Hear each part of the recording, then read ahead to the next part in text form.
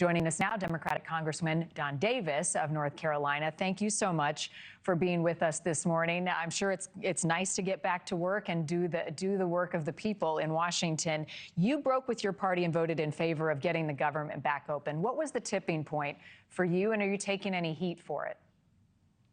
Well, let me say it's good to be back in D.C. to actually be working here for the American people and for the people back home in Eastern North Carolina.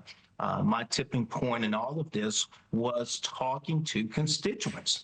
I reached out, moved across the district, having virtual meetings, in-person meetings, meeting with military families, veterans, gone to food banks, and overwhelmingly, people begin to communicate and share increasingly as days went by their concerns about the struggle that their family was experiencing.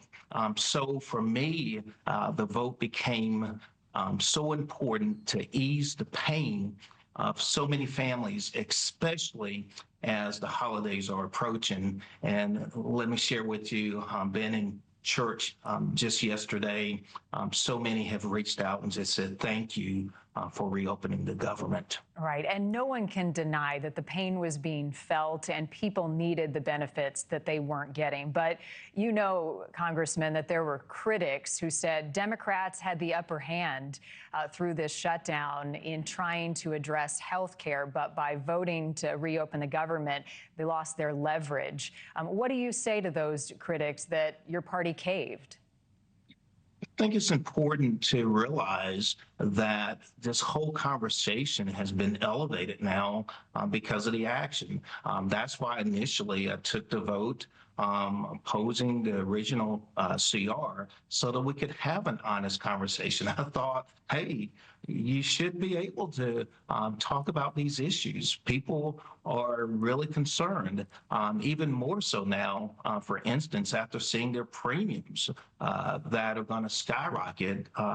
So I thought we needed to have the conversation. And while we have moved through the longest shutdown in U.S. history, is elevated this issue. And that's why even after the vote, you begin to see in the House, Republicans, Democrats still coming together.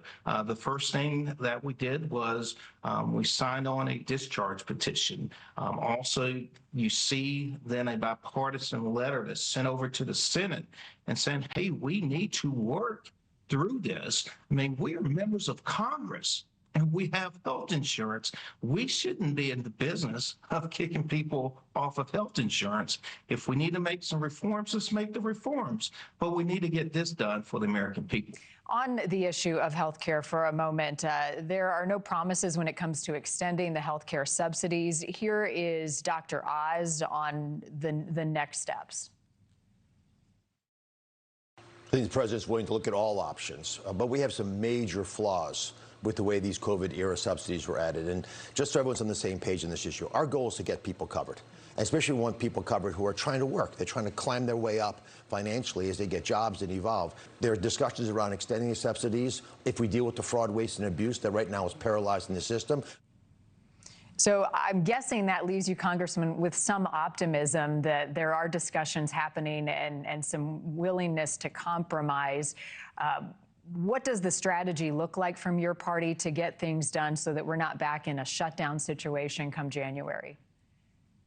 I believe it's so important for us because there is bipartisan support to look at meaningful reforms, ways that we can get this over the finish line. Too many people are concerned.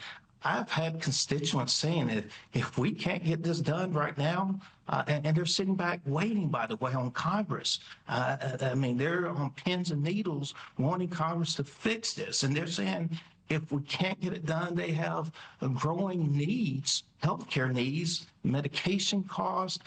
They're talking about potentially getting multiple jobs, having to modify their current coverage plans, take all kind of steps. So I believe it's imperative for us to have meaningful conversations about what reform may look like. Thank you for watching. Subscribe below and download our NewsNation app right now on your phone, and you will get fact-based, unbiased news for all Americans.